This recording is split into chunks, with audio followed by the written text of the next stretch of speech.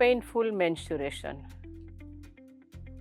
દુખાવા સાથે વધારે પડતું માસિક આવવું અથવા તો દુખાવા સાથે ઓછું માસિક આવવું યુવતીઓ દીકરીઓની એક મહત્ત્વની સમસ્યા કે જ્યાં તેનું જીવન ખોરવાય છે, જ્યાં તેની લાઈફસ્ટાઈલ ખોરવાય છે, જ્યાં તેનું રૂટીનનું કાર્ય ખોરવાય છે.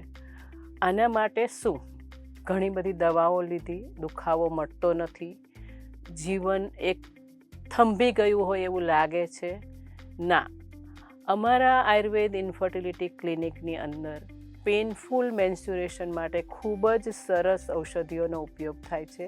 ડૉક્ટર ઈશાન મહેતા દ્વારા સંશોધિત થયેલી ઘણી ઔષધિઓ એવી છે કે જે માત્ર અને માત્ર 3 મહિનાની અંદર આપને આ દુખાવાનો રેગ્યુલર રીતે નિયમન કરે છે. પેઇનફુલ મેન્સ્યુરેશન માત્ર આપને 6 થી 8 વીકની અંદર જ એનો આપણે નિકાલ કરી શકીએ છીએ અને જડ મૂળથી દૂર કરવા માટે આપ અમારા આયુર્વેદ ઇન્ફર્ટિલિટી ક્લિનિકમાં ડૉક્ટર ઈશાન મહેતાનો સંપર્ક કરી શકો છો. ધન્યવાદ. સૃષ્ટિ પર પ્રકૃતિની અનમોલ ભેટ સોગાદનો અવિરત પ્રવાહ, જીવન સંજીવની જડીબુટ્ટીઓની ભરમાર, આયુર્વેદની સદીઓથી દેણ. આયુર્વેદમ. નમસ્કાર દર્શક મિત્રો, આયુર્વેદમ સ્ત્રીરોગ અને સંતાન પ્રાપ્તિના કાર્યક્રમમાં હું અશોક મોદી, મારી સાથે એમડી ડૉક્ટર હરિકૃષ્ણાબેન ભટ્ટ આપનું સ્વાગત કરીએ છીએ. હરિકૃષ્ણાબેન, આપનું સ્વાગત છે. નમસ્કાર. નમસ્કાર દર્શક મિત્રો, ડૉક્ટર હરિકૃષ્ણાબેન ભટ્ટ, આયુર્વેદ ઇન્ફર્ટિલિટી ક્લિનિક, જામનગર અને અમદાવાદ. હરિકૃષ્ણાબેન, ખૂબ જ ઝડપથી અને જે ગત એપિસોડમાં આપણે જે ટૉપિક કર્યો હતો કે મહિલાઓમાં આપણે ભારત દેશમાં જે એક મેન્ટલ હેલ્થની જે સ્વસ્થતા છે એને લઈને જે એક ટૉપિક કર્યો હતો અને એમાં આપણે જોયું કે 10માંથી 7 મહિલાઓનો જે ગ્રાફ અને છેલ્લા 10 દાયકામાં આપણે જોયું કે એ ગ્રાફ કેટલો વધી ગયો અને એમાં મહિલાઓમાં જે સમસ્યાઓમાં જે આપણે જોયું કે એ લોકોની જે મેન્ટલ સ્ટેબિલિટી છે એ ક્યાંક અસ્થિર છે અને ઘણી બધી સમસ્યાઓ એના નિર્માણ થયા છે. ત્યારે આજે આપણે વાત કરીશું કે જે એ ક્યાં સુધી ઇન્ફર્ટિલિટી સુધીના સમસ્યાઓમાં એ બાબતો જવાબદાર હોય છે, તો એના ટ્રીટમેન્ટની વાત કરીશું.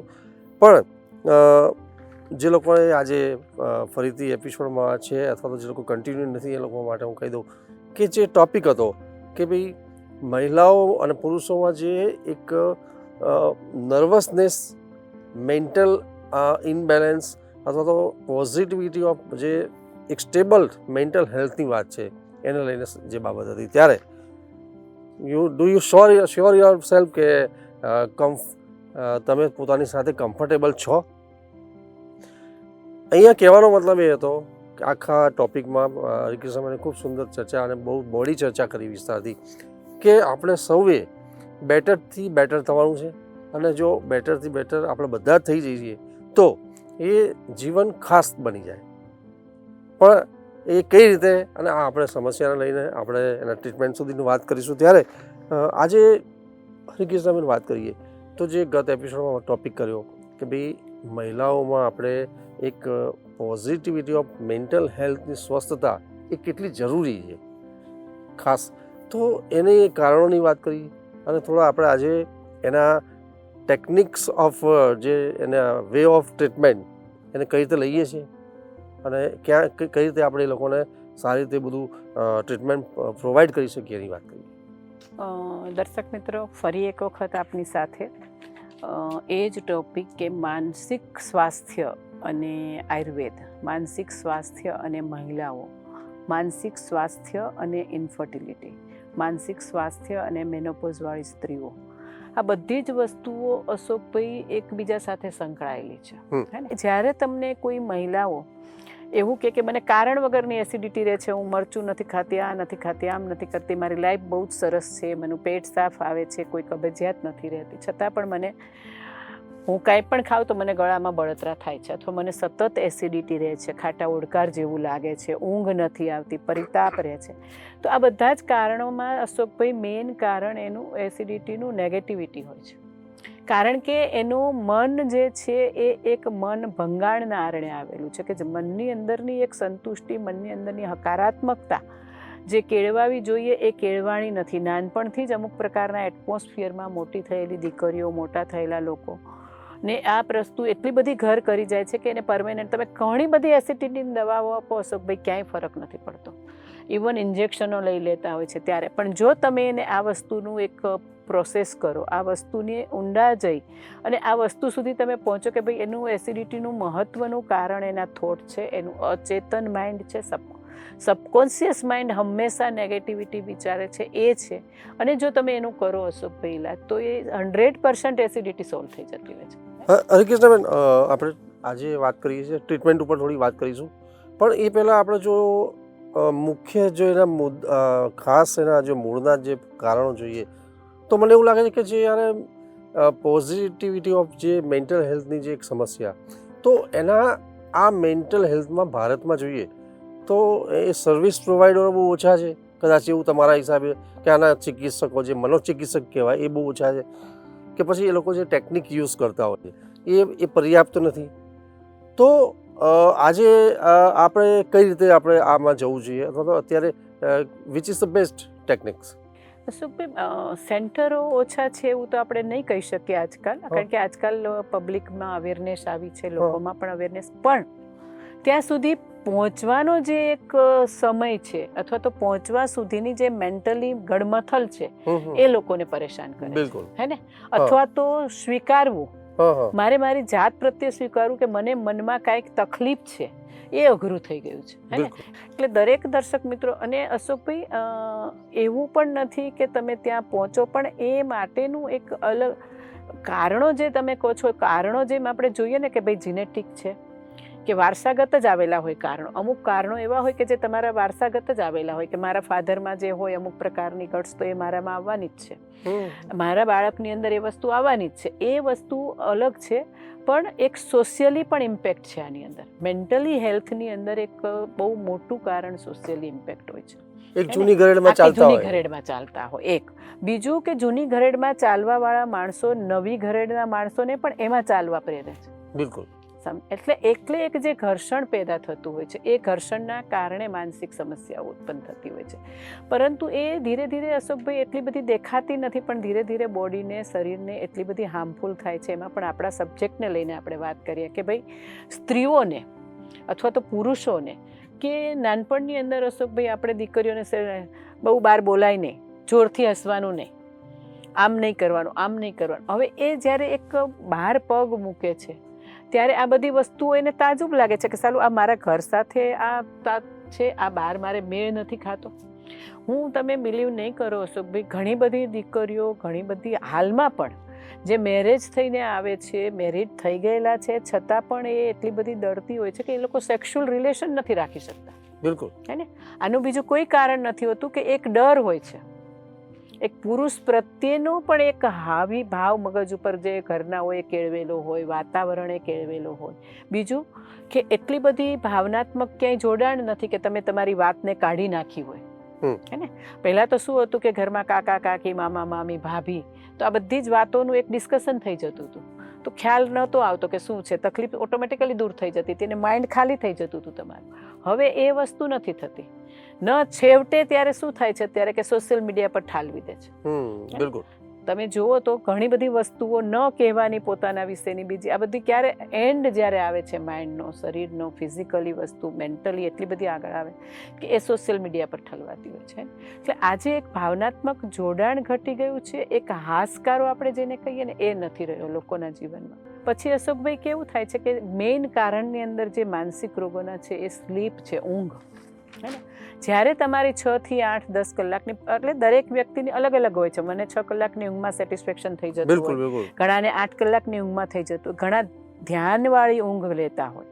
તો આ બધી વસ્તુઓ પણ તમારી તાસીર પ્રમાણેની જો ઊંઘ તમને, સ્લીપ પૂરી ના મળતી હોય તો પણ તમે માનસિક રોગના ગ્રસ્ત થઈ શકો છો. અને એ માનસિક અવસ્થાઓ અશોકભાઈ સ્ત્રીઓને અને પુરુષોને અલગ અલગ રીતે હાર્મફુલ કરતી હોય છે. કે એ સ્ત્રીઓને કુંવારી દીકરીઓને મેન્સ્યુરલ સાયકલથી લઈ અને આગળ પછી નાના ઘણા બધા એવા રોગો છે કે જે એના કારણે થઈ જતા હોય. તો આ બધી અવસ્થાઓ નાની જે અવસ્થાઓ છે એ જ્યારે પછી એક મેરેજ થાય છે, પ્રયત્ન કરે છે, બાળક નથી રહેતા, ત્યારે આપણે શું કરીએ છીએ કે આપણી પાસે આવે છે તમારો AMH ઓછો છે એટલે હવે તમને બાળક નહીં રહે, તમે IVFમાં ડોનર એક્સ લો. આ વાક્ય જ્યારે આવે છે ને અશોકભાઈ, ત્યારે સ્ત્રી ભાંગી પડે છે. ત્યારે એને એવું થાય છે એટલે કે એનું એક જે સ્તર હતું, માનસિક લેવલ જે ડૂબેલું હતું, એની અંદર એ ગરકાવ થઈ જાય છે. હે ને? આની અંદરથી ઉગરવા માટે આયુર્વેદનો આ સહારો લેવાનો હોય છે કે એની અંદર આવી બધી પરિસ્થિતિમાં જ્યારે લેડી આવે છે, તો આવી બધી પરિસ્થિતિમાં એક ભાઈ આવે છે કે તમારા સ્પર્મ નથી, ડોનર સ્પર્મ લેવા પડશે, અથવા તો તમારે ઘણાને અશોકભાઈ સ્પર્મ હોય છે પરંતુ એનો ડિસ્ચાર્જ નથી થતો હોતો, તો એના કારણે અંદર ઇન્જેક્શનથી, સિરિન્જથી સ્પર્મ લેવા પડશે, અથવા તો રિલેશન નથી રાખી શકાતા, સેક્સ્યુઅલ પરફોર્મન્સ નથી હોતું, તો એના માટે IUI કરવું પડશે. આ બધી અવસ્થાઓ જે જુદી જુદી અવસ્થાઓ છે, તો એની અંદર અશોકભાઈ મેં બહુ જ ઘણા બધા પેશન્ટોમાં જોયું છે. ખાસ એક હું આજે ઉદાહરણ આપીશ કે બોમ્બેના બહુ જ મોટા ડૉક્ટર છે, જે ત્યાં છે, એની પત્નીને બંને એક આ જ અવસ્થાથી પીડાય છે કે ભાઈ ખાલી એક રિપોર્ટ્સ કરાયા, એમાં AMH લેવલ બહુ જ ઓછું આવ્યું, બહુ એટલે ઘણું બધું ઓછું, 0.079, અને ગર્ભાશયની અંદર ઘણી બધી એડિનોમાયોસિસ, ફાઇબ્રોઇડ, નેથોબિયન સિસ્ટ, આવી 4-5 બધી વસ્તુઓ આવી. અને પોતે ભણેલા છે, ડૉક્ટર છે, એટલે ગભરાઈ ગયા કે હવે તો આ તો બધું છે ને આપણું કુટુંબમાં આપણે ડોનર એક્સ કે તો લેવાય જ નહીં, કરશું શું? અને બરોડાની દીકરી છે, બોમ્બેમાં લગ્ન થયેલા છે, હસબન્ડ ડૉક્ટર છે, દીકરી પણ ખૂબ એજ્યુકેટેડ છે.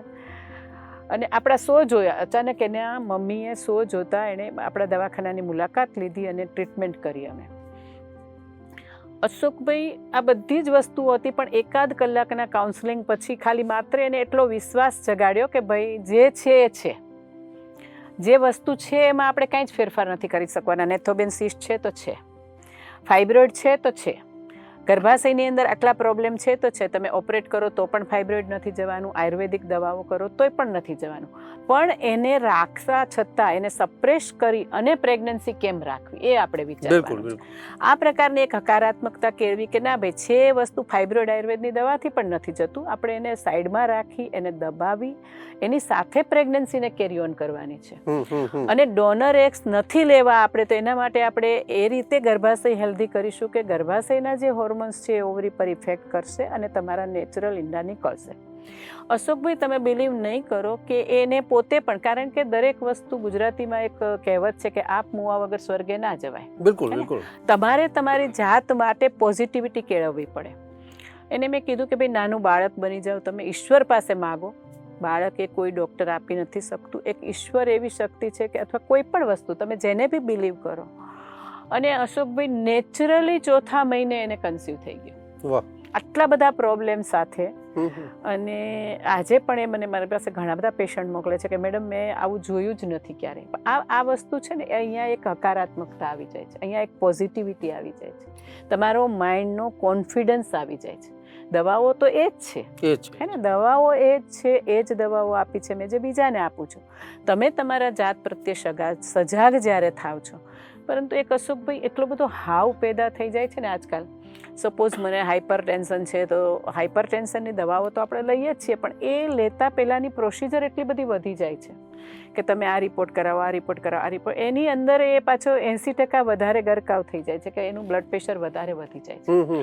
એટલે ટોટલી ઓવરઓલ આપણી જે હેલ્થ સિસ્ટમ છે, જે આખી કે જે પ્રોસિજરો આખી જે છે એ ચેન્જ થઈ ગઈ છે. તો આના કારણે પણ આપણી માનસિકતા એટલી બધી નબળી પડી ગઈ છે કે આપણે આપણી જાત પ્રત્યે સજાગ નથી, આપણી જાત પ્રત્યે કોન્ફિડન્ટ નથી, અથવા તો મને જે થયું છે એને હું પહોંચી વળીશ, આ એક આપણામાં સિરસતો નથી. અથવા આપણા ફેમિલીથી દૂર રહીને ટ્રીટમેન્ટ કરવી છે, ઘણાને ફેમિલીને કહેવું નથી. આ પણ એક વસ્તુ છે અશોકભાઈ કે છુપાઈને ટ્રીટમેન્ટ મારે કોઈને કહેવું નથી મેડમ કે મને તો જલ્દી બાળક થઈ જશે પછી તો ખબર પડવાની જ છે ને. આ બધી જે વસ્તુઓ છે એ નકારાત્મકતાને ક્રિએટ કરે છે, એ તમારી માનસિક નેગેટિવિટીને ક્રિએટ કરે છે અને સાયકોલોજીકલી ડિસ્ટર્બ થઈ અને એન્ઝાયટી, ડિપ્રેશન અને સિઝોફેનિયા જેવા રોગો સાથે આપણે જીવતા થઈ ગયા છીએ. આપણને ખબર નથી કે આ બધું મારી સાથે ઘેરાયેલું છે અને એના કારણે આપણે નાની નાની બાબતોની અંદર સુગરની દવા લઈએ તો પણ અસર નથી થતી, બ્લડ પ્રેશરની દવા લઈએ તો પણ એટલી અસર નથી થતી. એ જ દવા બીજા માણસને સરસ અસર કરી જતી હોય છે કારણ કે એની હકારાત્મક તાસીર અલગ છે, સાયકોલોજીકલી માનસિક તાસીર અલગ છે, ફિઝિકલી તાસીર અલગ છે. તો દર્શક મિત્રો, આ બધા જ જે કારણો છે કે જે ઇન્ફર્ટિલિટીની અંદર બહુ જ મહત્ત્વનું કારણરૂપ બને છે. કારણ કે તમારી નેગેટિવિટી સતત વિચારવાની એક પ્રોસેસ ચાલુ હે ને.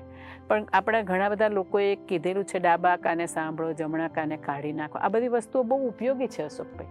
તમે એક વસ્તુને લઈને જો બેસી રહો છો તો એ વસ્તુ તમને ક્યાંક ને ક્યાંક ખૂણે ખાંચરે ડેમેજ કરતી જાય છે, ધીમે ધીમે ધીમે ધીમે ડેમેજ કરે છે. તો એના કરતાં આ બધી વસ્તુઓ જો આપણે કેળવીએ, આપણા જાત પ્રત્યે આપણે હકારાત્મકતા કેળવીએ, ક્યાંક એવો ભરોસો ઉત્પન્ન કરીએ આપણામાં જ કે ના ભાઈ હું જે કરું છું એ બરાબર કરું છું. અને તમે બહુ સુંદર વાત કરી કે નોટ નેસેસરી કે મેન્ટલ ઇનબેલેન્સ લોકોએ જ આ બધું કરવું જોઈએ, પણ સ્વસ્થ લોકોએ પણ આજની લાઈફસ્ટાઈલમાં ખૂબ જરૂરી છે. મેં હમણાં એક જોયું હતું એક રિસર્ચમાં કે ભાઈ તમે ડોન્ટ થિંક તમે પર્સનલી ના લો, અથવા તો તમે વધારે પડતા ન્યૂઝ ના જુઓ કે આ બધી બાબતો એવોઇડ કરો, કે તમે એ કોઈ સ્ટ્રેસ નહીં કરો.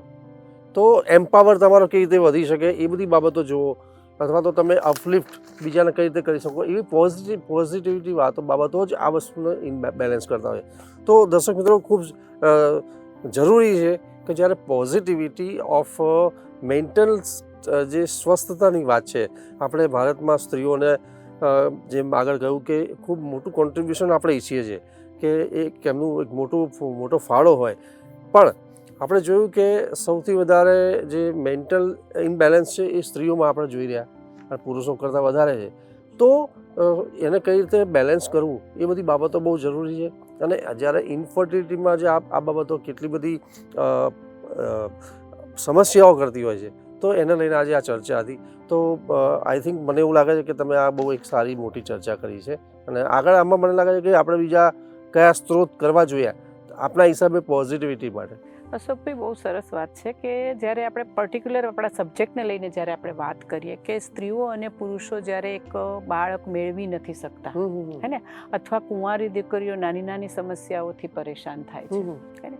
મેં ઘણા બધામાં પ્રેક્ટિકલી અનુભવ્યું છે કે દીકરીઓને એક્ઝામ આવવાની હોય એટલે એ લોકોના પીરિયડ્સ ચડી જાય, 2 મહિના 3 મહિના પીરિયડ્સ ના આવે, ટેન્શન થઈ જાય, 2 મહિના પછી દવા લે, પછી કે મેડમ હમણાં તો મને સ્ટ્રેસ જ છે, તમે મને દવા આપી જ દેજો, હમણાં મને એક્ઝામ તો દર વર્ષે આવવાની છે, દર 2 મહિને, દર 3 મહિને. એક્ઝામ તો રૂટીન છે તમારું, 6 મહિને પાછી આવશે, પાછી 9મા મહિને આવશે, પાછી એક્ઝામ આવશે. પણ આપણી અપેક્ષાઓ વધી ગઈ છે. અપેક્ષાઓ જે વધારે પડતી જે અપેક્ષાઓ છે એ એક સ્ટ્રેસ એવું ક્રિએટ કરે છે કે જે ધીરે ધીરે આપણને ખોખલા કરી નાખે છે. એટલા હદ સુધી અશોકભાઈ કે જે નાના નાના કારણો છે, કુંવારી દીકરીઓને અત્યારે પીરિયડ્સ ના આવવા, ઇરેગ્યુલર થઈ જવા, એમાંથી પછી PCOD થવું, એમાંથી પછી AMH લો થઈ જવો, બાળક ન થવું, બાળક ન થાય એટલે પછી ઘરના વાતાવરણમાં એક સ્ટ્રેસ ઊભો થાય, એ વાતાવરણના કારણે ફરી પાછું એટલું બધું મેન્ટલી ટેન્શન થાય કે હવે તો એની હાવ ગમે તે કરીને એક બાળક લઈ લઈએ, એટલે ફટાફટ IVF કરાવી લઈએ, છતાં પણ ક્યારેક ન થાય, કારણ કે સાયકોલોજીકલી આપણે એમાં ક્યાંય ટ્રીટમેન્ટ જ નથી એની, એમાં ક્યાંય એ વસ્તુ આવતી જ નથી કે જેના કારણે આપણી બધી જ વસ્તુઓ ડેમેજ થઈ છે હે ને. તો આ બધી વસ્તુઓનું અશોકભાઈ આયુર્વેદની અંદર 2 જાતની ચિકિત્સા છે. દેવ વપાશ્રય ચિકિત્સા બોલે છે અને એક બોલે છે સત્વ વિજય ચિકિત્સા. અને આ ચિકિત્સાઓ એક એવા પ્રકારની છે અશોકભાઈ કે એની અંદર અમુક પ્રકારની મંત્ર ચિકિત્સા પણ છે. આપણને એવું લાગે કે આવા કંઈ તંત્ર ને મંત્ર ને આવા ઢોંગ બધા, પણ ઢોંગ નથી હોતા. સાયન્ટિફિકલી અશોકભાઈ આપણે તો જોયું છે કે ગાયત્રી મંત્ર પ્રૂવ થયેલું છે કે તમારે, અને એક કેન્સરથી પીડિત સ્ત્રીના તો અશોકભાઈ એક છે કે એટલા બધા દાખલાઓ કે એણે એક સ્ત્રી મહિલા છે કે એણે પોતે સેલ્ફ કોન્ફિડન્સ એટલો બધો કેળવ્યો છે કે એ બહાર બેસી અને કેન્સરના હોસ્પિટલવાળા દર્દીઓને રેકી આપે છે, પોતાના વિચારો એના પર થોપે છે કે હું સ્વસ્થ છું, મને બધી જ દવાઓ અસર કરે છે, હું એકદમ નોર્મલ થઉં છું. બિલકુલ. આવું જેના પર કરેલું છે એ પેશન્ટોના ઓપરેશન મોસ્ટ ઓફ સક્સેસ જાય છે. વાહ. હે ને, કે એ લોકો કેન્સરમાંથી આગળ એક સ્ટેપમાં નીકળી જાય છે, કે એ લોકોને તરત જ ત્રીજું સ્ટેજ આવતું નથી, એ લોકો એ જિંદગી સારી રીતે જીવી શકે છે. તો આ એક હકારાત્મકતા કેળવવાની વાત છે આની અંદર. અશોકભાઈ, આપણે જોઈએ છે ને કે આપણે બહુ જ જ્યારે માણસ કંટાળે શું કરે બીજું તો દોરા ધાગા કરવા જાય, હે ને, પછી કોઈ એમ કે તમે જુઓ અહીંયા 7 નાળિયેર મૂકશો તો તમને સરસ થઈ જશે. એટલે હું આને પણ ખરાબ નથી કહેતી, આને પણ તમે પોઝિટિવ લઈ શકો. આ એક વસ્તુ અશોકભાઈ આપણા માઇન્ડમાં પોઝિટિવિટી ક્રિએટ કરે છે, હે ને. આજે મને કંઈ તકલીફ છે, હું તમારી પાસે આવું, અશોકભાઈ મને આટલું કરી દેજો ને, તો તમે એમ કહો કે હા બેન હું 7 દિવસમાં પ્રયત્ન કરીશ, થઈ જશે. આ વસ્તુ મારા માઇન્ડમાં પોઝિટિવિટી ક્રિએટ કરે છે કે મેં કહી દીધું છે 7 દિવસમાં ભગવાન કરવાનો જ છે મારું કામ, હે ને. બિલકુલ. તો આ જે એક વસ્તુ છે એ આપણા માઇન્ડને ડાયવર્ટ કરે છે કે તમે એની અંદર જે ખૂંપી ગયા છો, હે ને. આપણે એને અંધશ્રદ્ધા પણ લઈ શકીએ તો એ નેગેટિવિટીમાં જશે, પણ આપણે જ્યારે પોતાની જ પોઝિટિવિટી ક્રિએટ કરવી છે તો આવી વસ્તુ પણ તમારા માઇન્ડમાં એક સકારાત્મકતા પેદા કરે છે. તો પોઝિટિવિટી કેળવવી અશોકભાઈ, કે જે તમારો સેલ્ફ કોન્ફિડન્સ ડેવલપ કરે છે. સેલ્ફ કોન્ફિડન્સ ડેવલપ થવાના કારણે શરીરની જે નાની નાની સમસ્યાઓ છે ને એ બધી જતી રહેતી હોય છે. બિલકુલ. કે જરાક પગ દુખતો હોય પણ કોન્ફિડન્સ ના હોય તો ના મારાથી તો ચલાશે નહીં, હો મને તો આજે બહુ જ દુખે છે. પણ તમારામાં જ્યારે કોન્ફિડન્સ હોય તો એ કોન્ફિડન્સ એટલો હદ સુધી કેળવો તમે કે તમારી જાત પ્રત્યે તમે ઉઠો અને જાગો.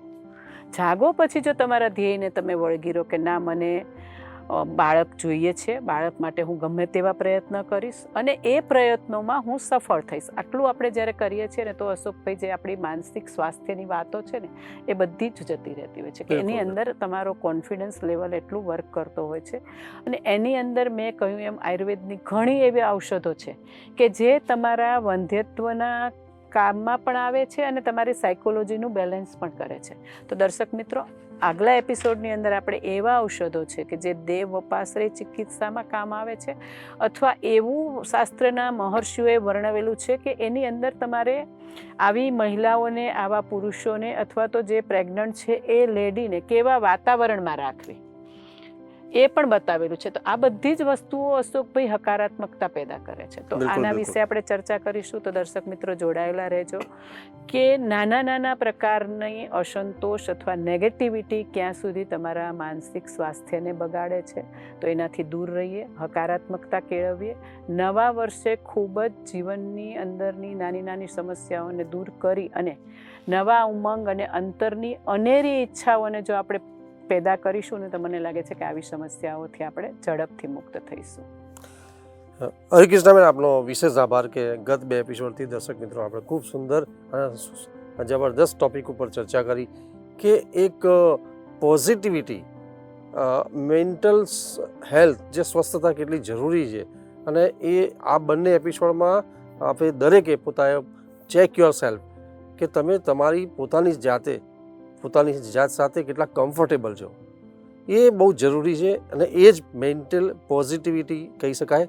અને એ કેટલી બધી વસ્તુઓ જબરદસ્ત સકારાત્મક બનાવે છે એની વાત કરી તમે. હરિકૃષ્ણબેન, ઘણા બધા હજી આપણે ટોપિક કરીશું આની પર. નેક્સ્ટ એપિસોડમાં ફરી મળીશું. નમસ્કાર, આભાર. નમસ્કાર દર્શક મિત્રો. સૌ મનુષ્ય જન્મ ગર્ભધારણમ. તમારું મન જો શાંત હશે ત્યારે જ તમે પ્રેગ્નન્સી રાખી શકો છો. તો માનસિક સ્વાસ્થ્યને ખૂબ જ પ્રાધાન્ય આપો અને મનને મજબૂત કરવા માટે સેલ્ફ કોન્ફિડન્સ કેળવો. આત્મવિશ્વાસ અને પોતાની જાત પ્રત્યેનું એક નિરૂપણ એ નિશ્ચિત રૂપે તમને માતૃત્વ મેળવવામાં પ્રયત્નરૂપ થશે. આયુર્વેદે ઝીલ્યો પડકાર, હર ઘર બાળ ગોપાલ. ધન્યવાદ. સૃષ્ટિ પર પ્રકૃતિની અનમોલ ભેટ સોગાદનો અવિરત પ્રવાહ, જીવન સંજીવની જડીબુટ્ટીઓની ભરમાર, આયુર્વેદની સદીઓથી દેણ. આયુર્વેદમ